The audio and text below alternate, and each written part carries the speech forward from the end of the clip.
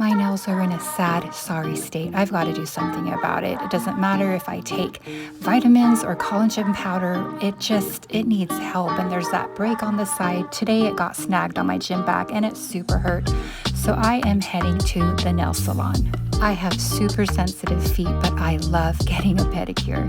About my nails, guys, I was deciding between acrylic nails or Gel-X, and my nail tech was like, yes, you need to get Gel-X because your nails are in bad shape. She told me I was in good hands, and Gel-X was the answer. They are much thinner than acrylic nails, and they can be contoured to your specific nail shape. Colors, colors, colors, which one to pick? I decided to choose a red. It has a hint of orange in it. I love it. My legs are feeling so good. My toes are super cute. I really hope that in the meantime, my natural nails will become stronger, but in the meantime, this Gel-X manicure is a safe alternative.